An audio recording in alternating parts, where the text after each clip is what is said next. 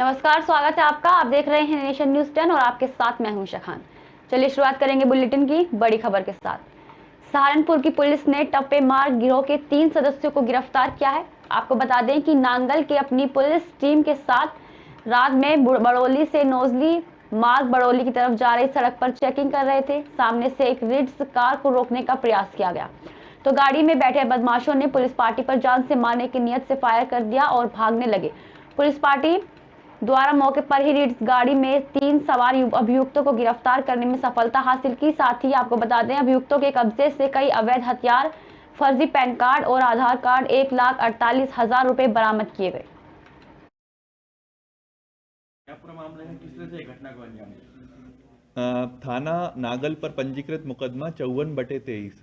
इसमें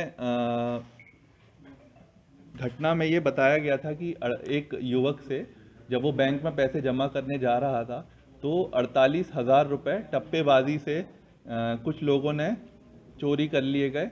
और इसी क्रम में जब चेकिंग की जा रही थी 2 तारीख की रात्रि में, तो बडौली से नौजली मार्ग पर एक रिट्स गाड़ी जो कि जिसमें ये 3 अभियुक्त सवार थे, इनको रोका गया। तो इन्होंने पुलिस की चेकिंग के जवाब में फायरिंग की। तो इनका जब पीछा किया गया तो इन तीनों से एक अवैध 315 बोर की तमंचे बरामद हुए, जिंदा कारतूस बरामद हुए। फिर इनसे जब पूछताछ की गई तो एक घटना का खुलासा हुआ जो कि अंतर्राज्यीय ठगी करने की एक बड़ा मामला सामने आया। बिजनौर के थाना किरतपुर क्षेत्र में एक 5 साल की मासूम बच्ची की धारदार हथियार से गला रेतकर निर्मम हत्या कर दी गई, जिसका शव खंडरनुमा मकान से पड़ा मिला। तो वहीं घटना से क्षेत्र में सनसनी फैल गई और घटनास्थल पर ग्रामीणों की भारी भीड़ इकट्ठा हो गई। पुलिस सूचना पर पहुंची पुलिस ने बच्ची के शव को कब्जे में लेकर पोस्टमार्टम के लिए भेज दिया है और परिजनों का रो रो कर बुरा हाल है। सूचना पर पहुंची स्थानीय पुलिस ने मौके पर पहुंचकर शव को कब्जे में लेकर पोस्टमार्टम के लिए भेजा और जिला अस्पताल बिजनौर में भिजवा दिया। आज शाम लगभग 6:30 बजे थाना व कस्बा किरतपुर में एक खंडहर नुमा मकान में 5 वर्षीय एक बच्ची का मृत अवस्था में शव बरामद हुआ। घटना की सूचना पर तत्काल पुलिस पहुंची। सुसंगत धाराओं में अभियोग पंजीकृत किया गया है। क्षेत्राधिकारी नजीबाबाद के नेतृत्व में 3 टीमें गठित की गई हैं। स्वाट सर्विलांस की टीम को भी लगाया गया है। शीघ्र ही घटना का अनावरण किया जाएगा। सितारगंज कोतवाली क्षेत्र के ग्राम गोविंदपुर में बीती रात एक घर में चोरों ने लूट को अंजाम दिया। वहीं घर में मौजूद लोगों के साथ मारपीट, लाठी डंडों से हमला कर चाकू से भी वार किया गया। वहीं घायलों को प्राथमिक उपचार के बाद घर पहुंचाया गया है। घटनास्थल पर पहुंचकर एसपी सिटी मनोज कत्याल ने घर के लोगों से जानकारी जुटाई। साथ ही एसपी सिटी मनोज कत्याल ने लूट के खुलासे के लिए 5 टीमें भी गठित की। वहीं लूट की घटनास्थल पर डॉग स्क्वाड टीम और फोरेंसिक टीम भी मौके पर पहुंची और एसपी सिटी मनोज कत्याल का कहना है कि घटनास्थल का जायजा लिया गया है, मामले की जांच की जा रही है। क्षेत्र में चोरी की सूचना हम लोगों को मिली तो उस पर मौका हम लोगों ने विजिट किया है। उसमें एफएसएल टीम को भी बुलाया गया था और साथ में डॉग स्क्वाड की भी सहायता हम लोगों ने ली है। और जो परिवार वाले हैं उनमें से कुछ लोगों के साथ उनके द्वारा जो अपराधी थे उनके द्वारा मारपीट भी की गई है, तो उनको भी प्राथमिक उपचार उनका कराया। फिलहाल इसमें हम लोग जानकारी कर रहे हैं, सभी एंगल पे हम लोग इसमें काम कर रहे हैं और हम इसमें अलग अलग एंगल पे काम करने के लिए 5 टीमें हम लोगों ने इसमें लगाई हैं। 12:30 से और 1 बजे का समय रहा है और तकरीबन 7 से 8 लोग रहे। क्या मारपीट की है? 3 के सब लोगों को मारपीट किया है? सभी लोगों को मारा है। जितने परिवार में थे सारे लोगों को ही मारपीट करी है उन्होंने। और कितने की क्षति हो गई, कितना सामान घर से ले गए होंगे? 10-12 तोला सोना और 1 लाख रुपया कैश था। क्या नाम है आपका? ओम प्रकाश नाम है। जनपद उधम सिंह नगर के काशीपुर में अपनी धाक जमाने और इलाके में दहशत फैलाने की गरज से एक युवक को अवैध तमंचे के साथ डिस्को गाने पर तमंचा लहराते हुए डांस कर सोशल मीडिया पर पोस्ट डालना भारी पड़ गया। पुलिस ने युवक को अवैध तमंचा और जिंदा कारतूस के साथ गिरफ्तार कर जेल भेज दिया गया और सलाखों तक पहुंचाया। नाम का लड़का है जो ग्राम जुड़का नंबर का है और इसके द्वारा सोशल मीडिया पे एक गाने के साथ बैकग्राउंड में गाना लगा करके और तमंचा पोस्ट किया गया था। इस पे तत्काल हमारी पुलिस ने इसको वेरीफाई करने के बाद कुंडेश्वरी चौकी प्रभारी ने इसकी अरेस्टिंग सुनिश्चित करी है और इसके पास से 315 बोर का तमंचा, एक जिंदा कारतूस मिला है और आज इस पे मुकदमा पंजीकृत करके माननीय न्यायालय के समक्ष आप हम इसे पेश करेंगे। मैं साथ ही ये अपील करूंगा कि जो भी इस तरीके के हमारे युवा हैं अपना कृपया करके कैरियर ना खराब करें और ये जो तमंचा और इस तरह की चीज़ें जो आप सोशल मीडिया पे पोस्ट करते हैं और लोगों को कहीं ना कहीं जिस किसी भी चीज़ के लिए आप उसको पोस्ट करके और करने का प्रयास करते हैं तो ये कानूनन एक अपराध है। इसकी कहीं ना कहीं आपका मुकदमा पंजीकृत होगा, आपको जेल भी जाना पड़ेगा और पूरा आपका कैरियर स्पॉइल हो जाएगा। खबर अक्सर से है, जहां भाजपा के खानपुर मंडल के पदाधिकारियों ने खानपुर विधायक उमेश शर्मा के बयान पर सवाल उठा दिए हैं। साथ ही उन पर हवाई बातें करने के भी आरोप लगाए। पूजा उपाध्याय ने संयुक्त प्रेस वार्ता में कहा कि खानपुर विधायक उमेश शर्मा ने हाल ही में अपने एक बयान में दावा किया कि वे क्षेत्र में 50 बेड का अस्पताल बनवाने जा रहे हैं। उन्होंने विधायक से पूछा कि उस अस्पताल के लिए कौन से गाँव की कितनी जमीन चिन्हित या अधिग्रहित की गई है। हमारी प्रदेश सरकार और केंद्र सरकार लगातार विकास के प्रति अग्रसरित है। हमारे जो सांसद है डॉक्टर रमेश पोखरियाल निशंक जी, उन्होंने जो हमारा भोवाली गांव है और आमखेड़ी जो गांव है उन पे दोनों पे पुल स्वीकृत करा दिए हैं। बहुत जल्द ये कनेक्टिविटी रोड हमारे इस खादर क्षेत्र को वाया बिजनौर और दिल्ली का जो हाईवे है उससे कनेक्ट करेगी और ट्रांसपोर्ट के क्षेत्र में एक नया आयाम जुड़ेगा। मैं निश्चित रूप से कह सकता हूँ कि खादर के क्षेत्र में ये एक लाइफलाइन का काम करेगी। जो हमारे अभी के विधायक उमेश कुमार जी हैं, जो अभी तक उन्होंने कोई कार्य नहीं यहाँ पे क्षेत्र में नहीं किया है।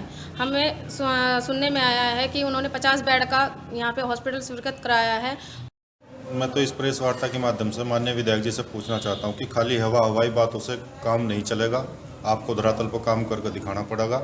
हमारे निवर्तमान विधायक आदरणीय कुंवर प्रणव सिंह चैंपियन जी ने 1 साल के अंदर यहाँ पर क्षेत्र में विकास की बाढ़ ला दी थी, लेकिन आज आपको 1 साल होने को जा रहा है। मैं विधायक जी से पूछना चाहता हूं, आप बताएं क्षेत्र में आपने यहाँ की जनता के लिए क्या किया है। खबर अक्सर से, जहां भारतीय किसान यूनियन पटेल के राष्ट्रीय अध्यक्ष चौधरी तीरथ सिंह की अगुवाई में सैकड़ों कार्यकर्ताओं ने किसानों की दर्जन भर मांगों को लेकर तहसील मुख्यालय पर प्रदर्शन किया और किसानों की 12 सूत्रीय मांगों को लेकर प्रशासन को अल्टीमेटम भी दिया। कहा, अगर 10 मार्च तक मांगे पूरी नहीं होती हैं तो तहसील मुख्यालय पर तालाबंदी कर अधिकारियों का घेराव किया जाएगा। ज्ञापन के रूप में इनके द्वारा हमें एक पत्र सौंपा गया है। इसमें इनकी 12 सूत्रीय मांगे हैं जो बहुत सारी डिपार्टमेंट से संबंधित हैं। इसमें जो हमारे स्तर की मांगे होंगी एसडीएम साहब से वार्ता कर लेंगे, जो यहीं पे सॉर्ट आउट होंगी उसको हम प्रयास करेंगे सॉर्ट आउट हो जाए, और अदरवाइज जो शासन स्तर की मांगे हैं या उच्चाधिकारियों को प्रेषित की जानी उसको हम तत्काल ही प्रेषित करेंगे। बिजली का इतना उल्टा रवैया हो रहा, इतना गलत रवैया हो रहा, रीडिंग इतनी ज़्यादा चल रही, मीटर जो लग रहे हैं, हम अगली मीटिंग रखने को जा रहे हैं और उसमें निर्णय लेंगे जितने मीटर हैं, जितने लोगों के घर में मीटर हो सब उपड़वा देंगे, और जो गाड़ी किसी को बंधक बनाने के या गिरफ्तार करने के लिए जाएंगे उस गाड़ी को हम बंधक बनाएंगे, उस अधिकारी को बंधक बनाएंगे, उस सब गाँव से आने नहीं देंगे।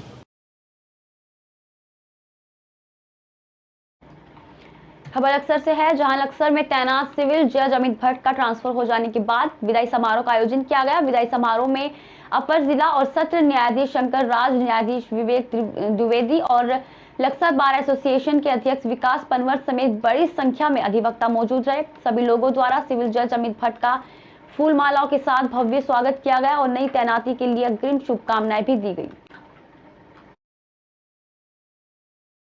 अमित भट्ट जी जो सिविल जज जेडी हैं, इनका ट्रांसफ़र हो चुका है और इसी से उसमें हमने आज विदाई समारोह किया था। और हमारे जो जज साहब थे बहुत ही सरल स्वभाव के थे और बहुत ही अच्छे थे और जूनियर सीनियरों का बहुत बढ़िया रेस्पॉन्स देते थे और जूनियर तो इतने खुश थे कि बहुत ही अच्छा। समय मिलता है एक दूसरे को समझने और जानने का, क्योंकि न्यायिक कार्य में तो आप एक दूसरे को, हमको लगता है कि न्यायिक प्रक्रिया की ही बात होती है, वहाँ पे दूसरी कोई बात नहीं हो सकती है। परंतु जब मैच होता है या इस तरह की खेल भावना रहती है तो वहाँ पे एक समय मिलता है, एक दूसरे को आदमी बेहतर तरीके से जान पाता है।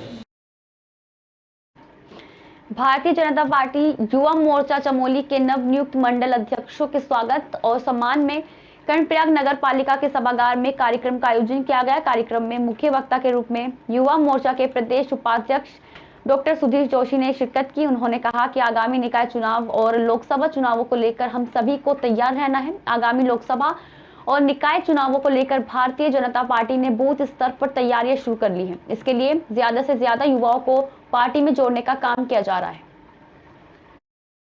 सबसे जो स्ट्रॉन्ग विंग है वो युवा मोर्चा है और मजबूती के साथ कैसे प्रत्येक मंडल के बूथ स्तर तक युवा मोर्चा काम करने वाला है, उसको लेकर के ये बैठक यहाँ पर आयोजित की गई थी। और बहुत सारी जो नीतियाँ जो उत्तराखंड सरकार की, भारत सरकार की जो चल रही हैं, दोनों केंद्र सरकार और राज्य सरकार की जो योजनाएं चल रही हैं, उसको धरातल तक पहुँचाने का काम युवा मोर्चा जो जैसे कि बदस्तूर जो कार्यक्रम जारी है उसको आगे बढ़ाने का काम हम लोग करना चाहते हैं। और साथ ही साथ अभी जैसे नकल विरोधी कानून है, भर्ती घोटाला, तमाम सारी चीज़ें हुई हैं, तो एक तरीके से जो भ्रांतियाँ फैलाने की कोशिश विपक्ष कर रहा है, लेकिन हम लोग जनमानस तक पहुंचने की कोशिश कर रहे हैं, नवयुवकों की तरफ पहुंचने की कोशिश कर रहे हैं कि अगर तमाम सारी चीज़ें अगर हुई हैं तो उनके खिलाफ भी बहुत ही स्ट्रिंजेंट एक्शंस हुए हैं। पंचायती राज विभाग के तत्वावधान में नारायणबगर विकास खंड में राष्ट्रीय ग्राम स्वराज अभियान के तहत ठोस अपशिष्ट प्रबंधन, खुद के राजस्व स्रोत, पंचायत ऑडिट, जलापूर्ति, डिजिटल साक्षरता और ई गवर्नेंस पर पंचायत प्रतिनिधियों का 2 दिवसीय प्रशिक्षण विकासखंड नारायणबगर सभागार में संपन्न हुआ और प्रशिक्षण में बड़ी संख्या में त्रिस्तरीय पंचायत प्रतिनिधि मौजूद रहे।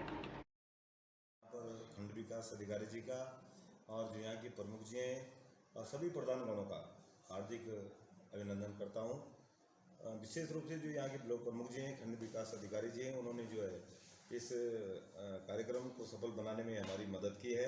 आपका मीडिया प्रभारी का और जो प्रशिक्षण 2 दिवसीय यहाँ पर कल से चल रहा है और आज फाइनल है और इसमें ठोस अवशिष्ट के बारे में बताया गया और जो पंचायत राज एक्ट के बारे में बताया गया और विभिन्न जो गांव में चल रहे वित्त से संबंधित या मनरेगा से संबंधित सभी जानकारी हमें यहाँ प्राप्त हुई और अच्छा जो हमारे ट्रेनर आ रखे हैं बाहर से, उन्होंने अच्छा ही प्रशिक्षण दिया और मैं इनका आभार व्यक्त करना चाहता हूँ। बहुत बहुत धन्यवाद।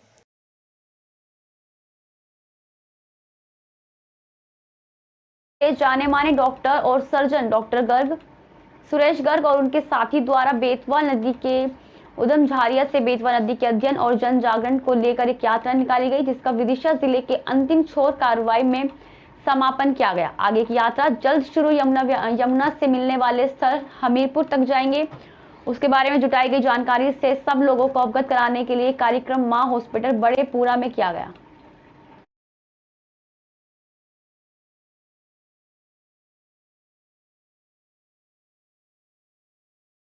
क्या नाम है और आज जो कार्यक्रम का आयोजन किया गया क्या है? मेरा तो नाम सामान डॉक्टर सुरेश गर्ग में हूँ, बेसिकली सर्जन हूँ मैं और पिछले 32 साल से स्वैच्छिक सेवानिवृत्ति लेकर कुछ छोटा मोटा काम इसी तरीके से समाज से जुड़ने का काम करता हूँ। आज का क्या कार्यक्रम था? आज क्या उद्देश्य था? ये उद्देश्य ये था कि 20 साल पहले जिस बेतवा नदी को साफ करने के लिए एक अभियान चला और निरंतर प्रतिदिन जहाँ श्रमदान के द्वारा उसकी सफाई की जाती है, हजारों ट्रॉली उसमें से कचरा और गंदगी निकाली गई है। रफ्तार और नशे के कॉकटेल ने 6 युवाओं की जान ले ली। मामला फरीदाबाद का है, जहां गुरुग्राम से जन्मदिन की पार्टी मनाकर आए ऑल्टो कार में सवार होकर वापस लौट रहे युवाओं की गाड़ी अनियंत्रित हो गई और डिवाइडर से टकराकर रोड की दूसरी ओर चल रहे डंपर से जा टकराई। हादसा इतना जबरदस्त था कि गाड़ी के परखच्चे उड़ गए और कार में बैठे सभी युवकों की मौत हो गई।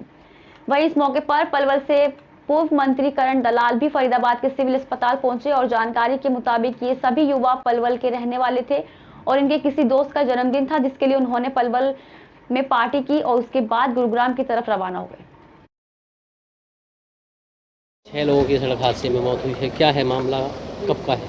ये रात्रि 1:30 बजे एक डंपर के साथ ऑल्टो कार टकराई है, जिसमें ये 6 सवार थे जो मौके पे ही एक्सपायर हो गए हैं। अभी इनके वारिसान को बुलाया गया है। ये पलवल के रहने वाले हैं, इनका पोस्टमार्टम करवाया जा रहा है, उसके उपरांत इन्हें डेड बॉडी हवाले की जाएगी।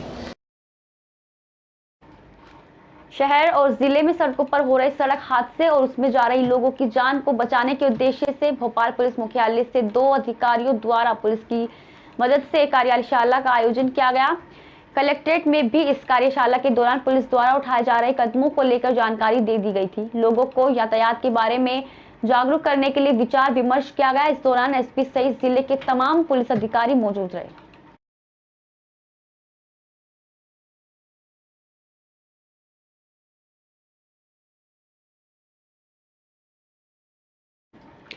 आज के लिए बस इतना ही। देखते रहिए नेशन न्यूज़ 10।